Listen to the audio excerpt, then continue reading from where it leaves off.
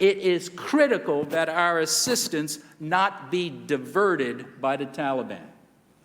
Unfortunately, as I sit here today, I cannot assure this committee or the American taxpayer we are not currently funding the Taliban.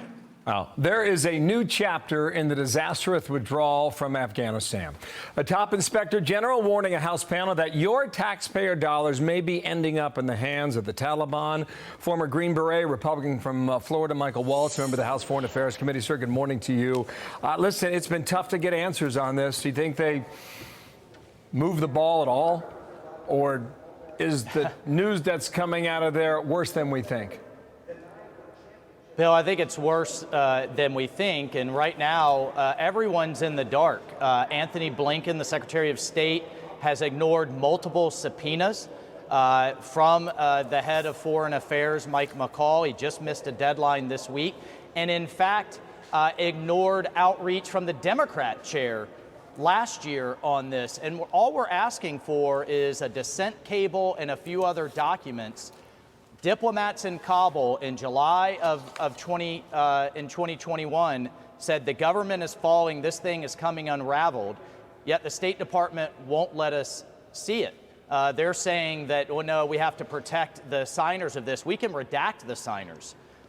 So we need transparency, and my question is, what do they have to hide? The president and everyone else in his administration has said this was an outstanding success. And on the aid, Bill, let me tell you what, this is billions of dollars. It's going through the hands of third parties, including the UN, and then to NGOs in Afghanistan. Guess what the Taliban's doing? They're registering themselves as international NGOs, and they take that money and they literally make life and death decisions. You're with us, you might get a little bit, you're not with us, you die. And meanwhile, Al-Qaeda's in bed with the Taliban, and I guarantee you that money is getting diverted. I'm hearing from people still over there. Yeah, listen, I think it's all maddening to hear about it. You mentioned this cable, all right? The State Department's not providing it. Why? I don't know. I don't know how they operate. This is the statement that came out. Discussions with the committee about next steps are ongoing. But the department has again offered a briefing. Call for number 2, guys. Thank you. We continue to believe that our offers can satisfactorily provide the committee with the information it needs to conduct its oversight function while still protecting the dissent channel. Why would they give a briefing and Bill, not put something in writing? Why would that be? You don't have a whistleblower or dissent against an agency, and then the agency gets to kind of distill that and tell you and brief you what was in there. We want to see the actual document. And again, why the lack of transparency if the president's standing before the world saying this was the right thing to do and doubling down, saying it was an outstanding success? Well, let us see what these brave diplomats who had the courage to stand up and say this is going to be a disaster. Let us see the Gold Star families deserve transparency, the diplomats themselves deserve transparency, and the American people do too. And the last thing we should be doing is funding the Taliban on this notion that we can work with the good terrorists against the bad terrorists. We've made a deal with the devil, and it is going to be a disaster. I apologize for talking over you. I'm sorry. I'm squeezed for time here. So I just want to play the soundbite from John Sopko. He's the Special Inspector General for Afghanistan Reconstruction. Just listen to the line he said about what's happening now. I don't trust the Taliban as far as you can throw them. I would just say, I haven't seen a starving Taliban fighter on TV. They all seem to be fat, dumb, and happy.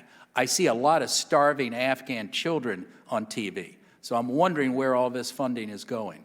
After listening to that, you wonder, too. He said since the administration came in, it's been radio silence. Last comment on that. Bill, I think at this point, we have to go after the State Department's budget. I'm talking to appropriators about it. We have to zero this funding out until we can certify it's going to the right people, and even then, I don't know if that's even possible. And oh, by the way, the other thing he testified, the Inspector General yesterday, at the current rate, it'll take 31 years to get out the people that we left behind.